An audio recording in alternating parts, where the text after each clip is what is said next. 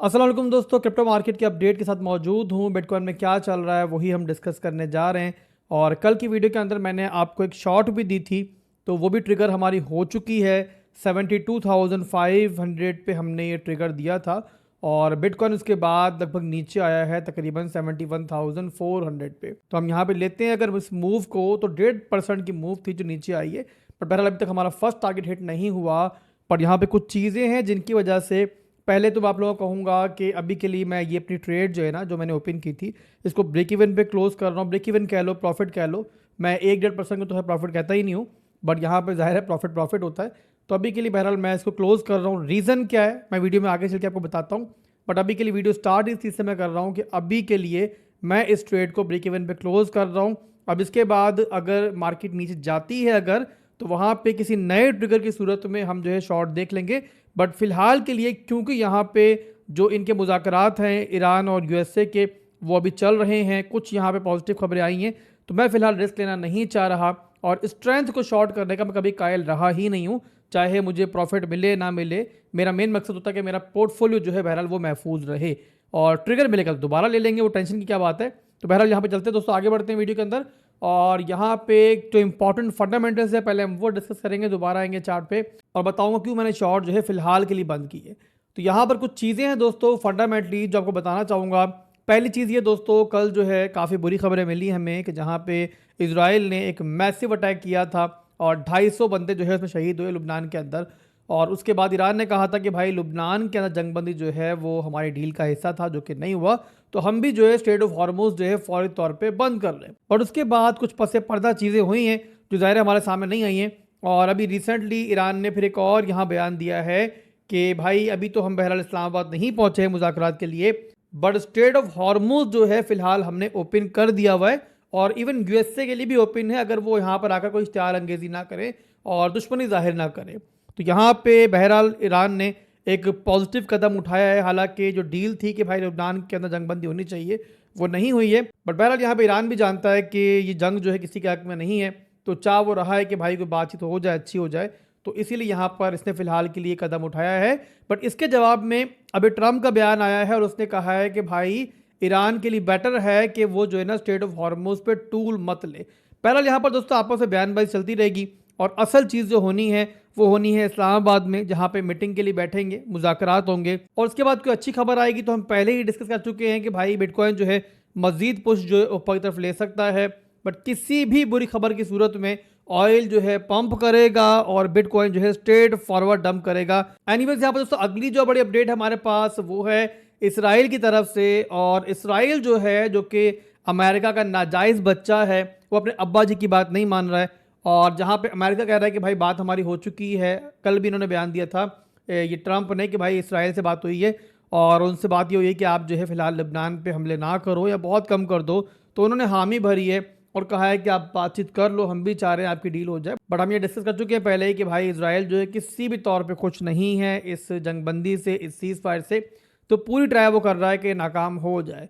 और अभी आपको दिख रहा है कि एक और हमला जो है बहरहाल इसराइल ने आज किया है और लेबनान के ऊपर हिजबुल्लाह के ठिकानों पर इनका कहना है कि हमने हमला किया है। बट हम देख रहे हैं कि हिजबुल्लाह को नुकसान पहुंचे ना पहुंचे, आम शहरी जो है वो बहुत बहरहाल नुकसान उठा रहे हैं। बहरहाल दोस्तों ये कुछ अपडेट्स थी जो हमने रखी हैं आपके सामने। अब इसके बाद चलते हैं बिटकॉइन की तरफ और देखते हैं वहाँ पे चार्ट पे क्या चल रहा है। तो बीटीसी का चार्ट मैंने ओपन कर लिया है।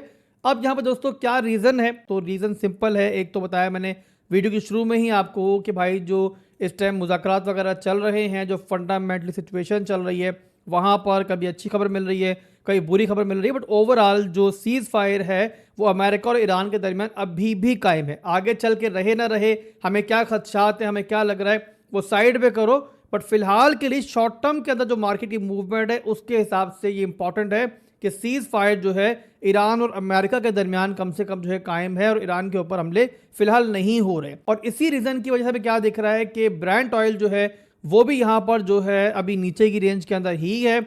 और मैं आपको एक जो है ना यहाँ पे एक सपोर्ट मार्क देता हूँ ब्रेंट ऑयल के अंदर, इस पे नज़र रखो बस। ये ब्रेंट ऑयल का मेरे भाई एक लो है 95 का। जब तक ब्रेंट ऑयल इसके नीचे क्लोज कर रहा है, बार बार आप देख रहे हो कि डेली के अंदर बार बार जो है क्लोजिंग नीचे हो रही है, तब तक आप समझ लो भाई के मामला जो है ना यहाँ पे बिटकॉइन के थोड़े पॉजिटिव रह सकते हैं। और जब ऑयल आपका मतलब दबाव के अंदर है, मतलब कि यहाँ पे जो इन्वेस्टर्स हैं, ट्रेडर्स हैं, वो अभी भी जो है पूरी उम्मीद है कि भाई जो मुज़ाकरात है वो कामयाब हो सकते हैं। जब ये पंप करना शुरू होगा ना, तब भी आपको बिटकॉइन के अंदर जो ब्रेकडाउन मिलेगा, तो ये आप अंडरस्टैंड कर लो। और उसके अलावा टेक्निकली बिटकॉइन की अंदर बात करें तो भाई मैंने कल की वीडियो के अंदर आपको बताया था कि 72,500 पे अगर हम एंट्री बनाते हैं तो उसके बाद नज़र रखनी है आप लोगों ने कि यहाँ पे जो बुल फ्लैग बन रहा है इससे ब्रेकआउट तो नहीं मिल रहा। ब्रेकआउट मिले तो आप रिटेस्ट के अंदर जो है ना अपने ट्रेड से बाहर आना। तो हमें क्या दिख रहा है मेरे भाई कि जो हमारा यहाँ पे बुल फ्लैग बन रहा था अभी के लिए, मैं आपको दिखाता हूँ 1 घंटे के अंदर। तो ये आपके सामने है कि एक छोटा मोटा बुल फ्लैग जो है बहरहाल बन रहा था यहाँ पे, और ये यहाँ पे ब्रेकआउट मिला है। ब्रेकआउट के बाद आप बिटकॉइन को देख रहे हो कि अब जो है यहाँ पे रिटेस्ट करने की ट्राई कर रहा है, और अब यहाँ पर एक और आप देख सकते हो कि यहाँ पे बुल फ्लैग कह लो, आप लोग इसे डिसेंडिंग चैनल कर लो, उसमें ट्रेड कर रहा है और उससे भी जो है ट्राई कर रहा है कि ये ब्रेकआउट ले। तो इन्हीं रीजंस की वजह से कि मुझे फिलहाल के लिए मार्केट में स्ट्रेंथ दिख रही है, मैं यहाँ पर जो है रिस्क लेना नहीं चाह रहा हूँ और अभी के लिए यहाँ पर जो है शॉर्ट क्लोज कर चुका हूँ। मैं इसे ब्रेक इवन कहता हूँ। अब आप सोच लो कि आप लोग 1-1.5% के जो प्रॉफिट को प्रॉफिट कहते हो नहीं कहते हो। काफी लोग तो इसी के ऊपर जो है बड़े क्रेडिट ले रहे होते हैं कि भाई हमने प्रॉफिट करवा दिए, बट मेरे लिए एक छोटा सा प्रॉफिट है, तो बहरहाल मैं इसको ब्रेक इवन नहीं कहूंगा। एनीवेज यहाँ पर दोस्तों बिटकॉइन के अंदर जो सिनेरियो चल रहा है ये आपको समझ में आ चुका होगा। इसके अलावा कुछ और इंपॉर्टेंट चीजें भी हैं, और वो ये है दोस्तों कि हमारे पास जो है ना बिटकॉइन के चार्ट के ऊपर इस टाइम टोटली जो है ना 3 CME गैप जो है बिल्ड हो चुके हैं। उनमें एक सबसे बड़ा CME गैप है जो कि ऊपर पड़ा हुआ है, जो कि काफ़ी लंबे अरसे से ही अनफिल्ड पड़ा हुआ है, और ये है हमारा आपका 79 से स्टार्ट होता है और जाता है लगभग ये 83 तक। तो ये एक CME गैप है जो कि अनफिल्ड पड़ा हुआ है। सेकंड 2 CME गैप जो है अब नीचे बन चुके हैं, वो भी आपको दिखा चुका हूँ प्रीवियस वीडियो के अंदर। और देखो यहाँ पर एक है हमारा तकरीबन 70 से लेके 69,700 तक, और इसके अलावा सबसे नीचे जो हमारा CME गैप बना हुआ है वो है हमारा 67,007 से लेके 67,200 लगभग। तो यहाँ पर दोस्तों आसान अल्फाज में अगर मैं आपको कहूँ तो इतना समझ लो कि सूनर और लेटर, कौन सा पहले होगा कौन सा बाद में होगा, ये डिपेंड करता है इस टाइम जियोपॉलिटिकल सिचुएशन के ऊपर। बट ये तीनों CME गैप जो है फिल्ड होने हैं, चाहे CME गैप जो है इस तरीके से फिल्ड हो कि किसी भी अच्छी खबर की वजह से मार्केट जो है ऊपर जाए, इस CME गैप को फिल्ड करके नीचे आए, या फिर बिटकॉइन जो है नीचे के CME गैप्स को फिल्ड करे फिर ऊपर जाए। दोनों सूरतों के अंदर बस ये ज़हन में रखो कि CME गैप फिल्ड होंगे। ये मैं आपको ओवरऑल एक मैक्रो का सिनेरियो बता रहा हूँ, समझा रहा हूँ। ये मैं क्यों बता रहा हूँ ये भी समझ लो कि भाई आने वाले दिनों के अंदर कोई बहुत अच्छी खबर आ जाती है कि भाई जंग खत्म हो गई है, बातचीत वगैरह तय हो गई है, और उस सूरत के अंदर बिटकॉइन पंप कर जाता है, इवन आपका CME गैप तक भी आ जाता है, तो वो कोई जो है ना बुलिश सिचुएशन नहीं होगी। शॉर्ट टर्म का जाहिर है वो पंप होगा, शॉर्ट टर्म की हरियाली दिखेगी, but most probably CME gap field होने के बाद उसके बाद मार्केट दोबारा नीचे आएगी और अपने प्रीवियस लोज को मेरे हिसाब से रिटेस्ट करेगी। बट उसी के मुकाबले पे अगर सिचुएशन जो है वर्स्ट होती है, दोबारा जंग स्टार्ट हो जाती है, तो फिर बिटकॉइन जो है डायरेक्टली डंप करके नीचे जाएगा। ये सिंपल सिनेरियो इस टाइम।